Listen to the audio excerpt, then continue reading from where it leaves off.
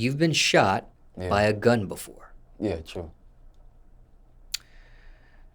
Is that something we could talk about? Yeah, we could talk about it. It's not nothing. Yeah. How many different occasions has that happened to you? Being shot, I only been shot once. But like being shot at, it's a couple times. It's been a couple times, probably like, I don't know if I can say how many times, but it's been a couple times though.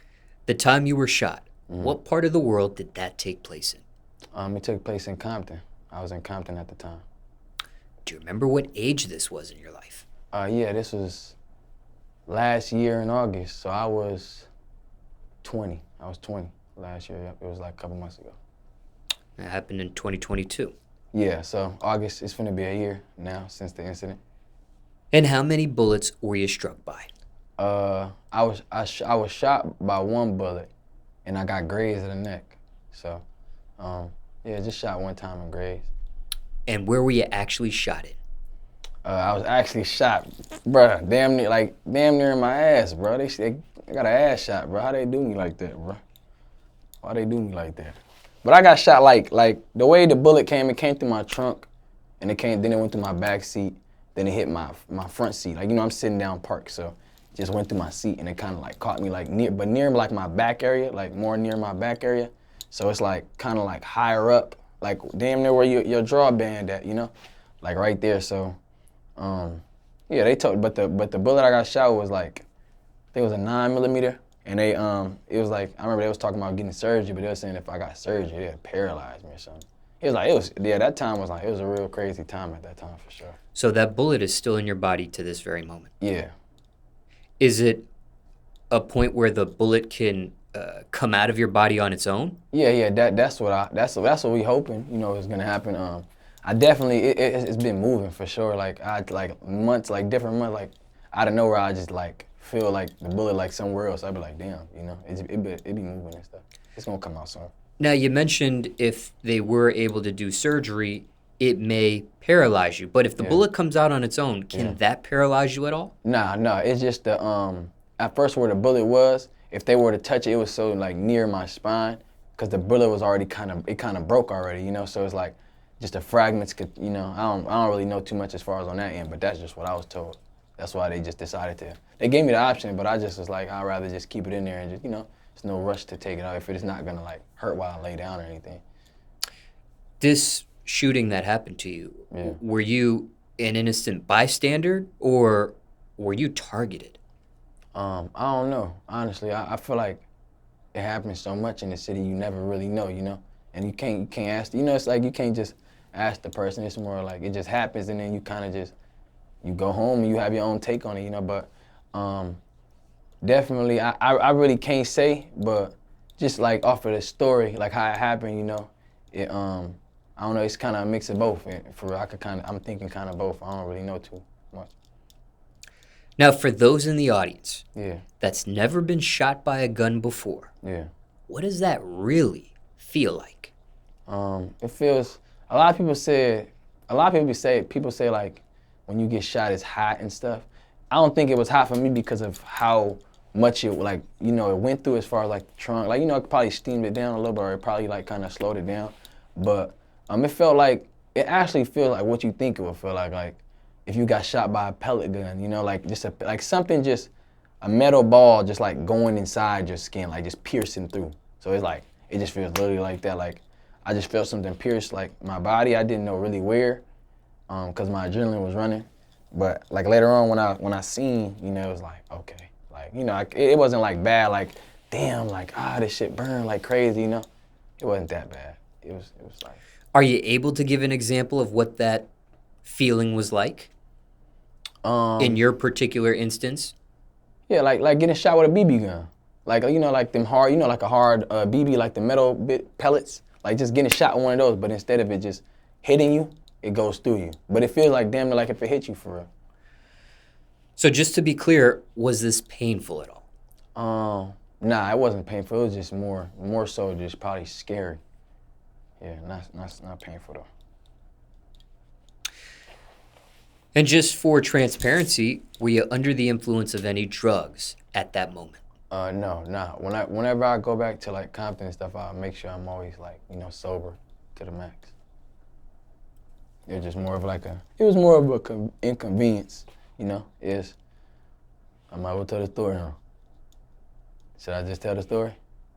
It's up to you. I'll just tell the story. But yeah, the way it happened was I had, so my phone bill, like, I had just got this is crazy. I was having the worst month ever. I had just cut my hair and was going through a breakup, I had just got a new phone, it got stolen. So I had to go get another phone and apply, I had to go up there and talk to them for another phone, but I wasn't a registered user on my account. So I had to go to Compton with my family to go to a T-Mobile out there. And I don't know, I kind of was, like, I was already vlogging too, like I was vlogging that day, so it was kind of like, I don't know, but I was really getting like a bad vibe from like, I don't know, it just felt weird. Like I feel like when things are gonna happen to you, you kind of feel it, And I was with my family, I went back to my family house and I was finna head home, but my best friend that passed, his mom lives in Compton, still too. So his brother, like my boy that passed, his brother, we all best friends, we all like a best friend group. So I went over there to just check on them. And then I went over there and my little cousin ended up calling me and telling me she was at a party and that it was getting kind of scary, because more guys were coming in, like older guys. Mind you, my cousin like 16, she like 16, 17, yeah, like 16, 17 at the time, like turning 17. So she's she's younger, and this is somebody I grew up with.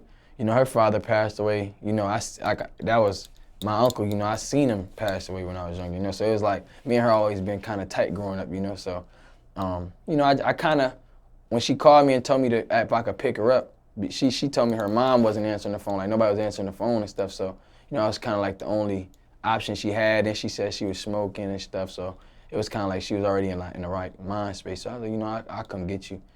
And the crazy part is like me and my homies was talking about it because where I grew up on 126. It's like the Crip side for real. And the side I got shot on was like the blood side of Compton. And just kind of like you kind of like, even though I'm not from where they from, I still kind of just like, I don't know, like you just have common sense of where not to go, So when I went over there, when I seen the address she sent me, I kind of already knew, what kind of timing, like what was the possibilities.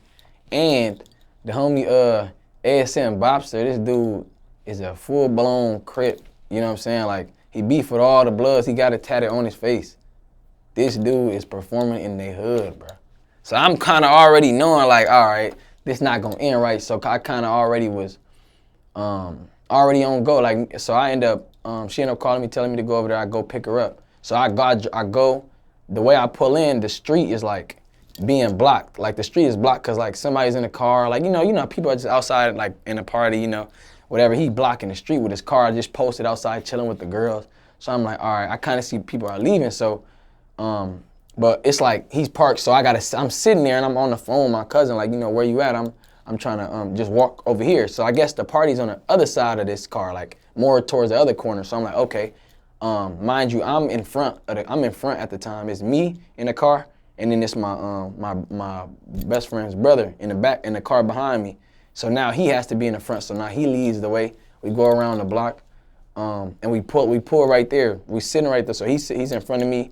I'm in back, but I already got my car in reverse, to back out because the street's behind me. So I'm like, I could just back out and leave if anything happens, And but like when I was pulling up, like when I first pulled up before we went around the block, people was already seeing me. Like people already see me, and a year ago I wasn't kind of like any like far from what I am now, So it's kind of already like a known figure, especially in Compton, So I seen like a lot of people looking at me. So that's why I kind of was like, I'm just gonna come to you. I'm trying to get up out of here, So.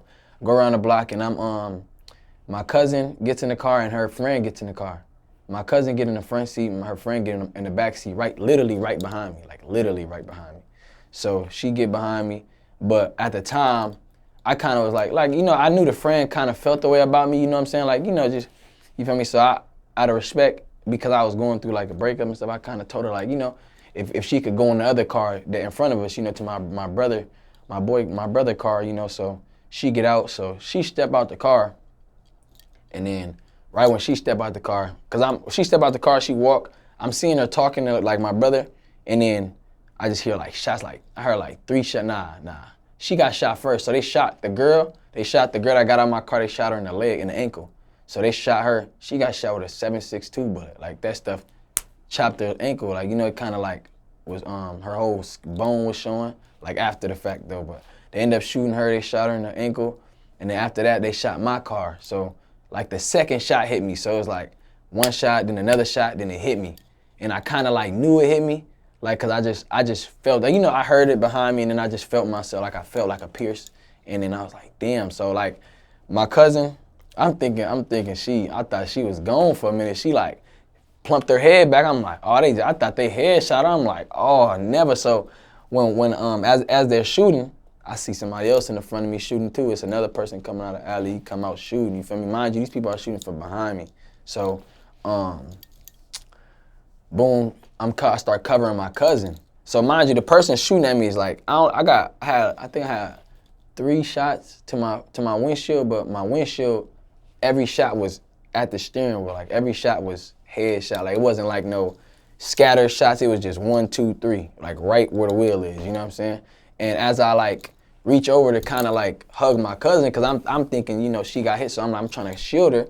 You feel me? That's when I got grazed in the neck. You know, I already kind of knew that too. I felt it. Like I felt it scratch me, and then her friend crawled to the side of the car. You just hear screaming. You just hear like, help me, like, you know, and I'm just trying to tell her, like, kind of be quiet, you feel me? But I'm trying not to, like, be loud, because I don't want, you know what I'm saying? I don't know what's going on. I'm not trying to have nobody come run up on me in the car, finish me off, you feel me? Like, I'm on some, like, playing it smart. I got my little cousin, I got my baby cousin with me, you know what I'm saying? But, you know, I had my stuff, and, you know, I was ready for the situation if it were to, you know, come to that point to where somebody was to walk up. You know, I didn't want to just start shooting at nothing and waste all my bullets, you know what I'm saying? So I was just sitting there, just waiting.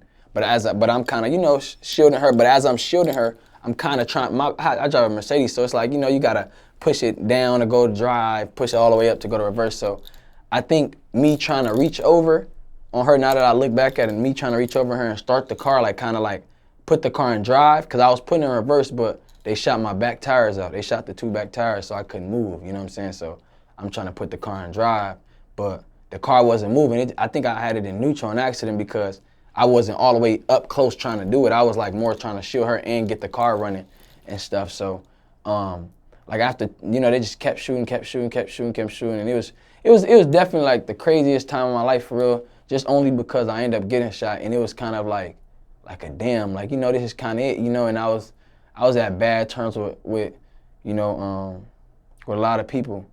You know, I kind of, you know, I felt like, as far as like I separate myself from a lot of people, so, you know, I just was like, damn, like, you know, it just would have been the worst way to go out, you know. And I was just like, just sitting there, but like more shots started going off, and then it just stopped, like the shots just stopped, and then then I tried to drive. That's on my car. I get up, like I get off of her, and I just like kind of like be focused on the car, like let's get out of here, like put the car in drive, start driving off, and you know, my stuff is just like ba-boom, ba-boom, ba-boom. I'm like, damn, I'm like, bro, it's over with. I'm like, these niggas finna shoot at the car, finishing it. I'm just like, that whole street, like, mind you, because we at the other side of the corner, so we gotta go down the whole street, like, we gotta make it down the whole street with 2 flat tires, you feel me? So I'm just driving off, because I look up, everybody going, like all the cars moved, you feel me? Because I couldn't go nowhere because my brother's car was parked right in front of me. He parked getting shot at too, you know what I'm saying? Like they started shooting at bro car, you feel me? Too, so when I look up, everybody going, I'm driving off, and then I just see, like, I feel like all this blood on my neck. Like I feel like blood on my neck. Like and then my cousin was just telling me, like, she like, you bleeding. But I'm thinking it's like something else. I don't know what it was. I just thought it was something else, but I was bleeding, and then she showed me, and that was like the scariest moment though. I was like, damn, did I get shot in my neck, you know? But it ended up just being like a scratch, because I got grazed, and then you know, I ended up checking, and I just knew it. Like I felt the burn, but it wasn't like hot as hell, you know, like hot as coals. Like it was just more of like a sting, you know? So I seen I got shot there, because I felt it down there, so I started rubbing on my stomach. I'm like, bruh. But then when I found out I got shot right there, I kind of was like more calm. You know, I was like, okay, like I'm gonna make it through this, you feel me? So I tried my best to like drive us home. I ended up going back to my brother's mom's house, meeting back up with them. Mind you, before we left, his mom told us, she told us not to go there though. She told us, she said, don't go there. She always used to tell us don't go there, you feel me? Even with, you know, her oldest son that she lost, you know, like she used to always tell us like, be careful, or don't wear your chains outside, or, you know, just, she always looked out for us. So when I pulled back up, you know, and her youngest son pulls up with a shot up car, you know, I pulled up with a shot up car. We just literally left like 5 minutes ago. When we come back with shot up car, I'm shot. You know, I'm damn near finna pass out from as much blood as I'm losing, you know. But I did end up like, you know, like knocking out. I ended up knocking out, and then I woke up. I was in my auntie's car, and she ended up taking me to the hospital. And yeah, they didn't really do nothing for real. That hospital wasn't really a help at all. I was just sitting there for like 3 hours, and then they sent me home. Go ahead. Oh no, I was just saying like, yeah, that shit was crazy as hell though. Now, throughout the description and these portion of questions, you mentioned cousin and brother. Yeah. Biologically related to using both of these terms? My cousin, we're biological. My brother, that's my best friend. I've been knowing him since I was a kid, like since I was like 6, 7. Cousin on the mother's side of your family or father's side? The cousin on my dad's side. So throughout this experience, did you have a near-death experience at all? Near-death as far as like you know, tripping like in the mind, like seeing the light and stuff? Yes, as defined by Oxford Languages, an unusual experience taking place on the brink of death and recounted by a person after recovery, typically an out-of-body experience or a vision of a tunnel of light. Nah, I've had them type of, like I've crossed them type of situations as far as like, you know, having a dream, like, you know, but I've never like, it didn't get to that point where I was kind of like dang near finna lose my life. Like as far as like bleeding out, seeing a light, like it wasn't nothing like that. Could you have died from this incident? Yeah, I didn't know it was that serious. I heard you can literally die from getting shot right there. Like, people die of leg shots. Like, there's main artery, like, you know, vessels in your body at the end of the day. You know, that stuff all connects. So, yeah, I heard you could die from there. My dad ended up telling me.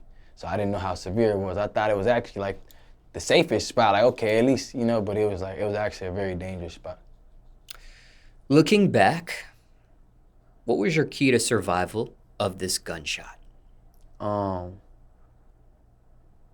don't know. I can only, you know, I can only say it's God for real. I can't really have no answer for that.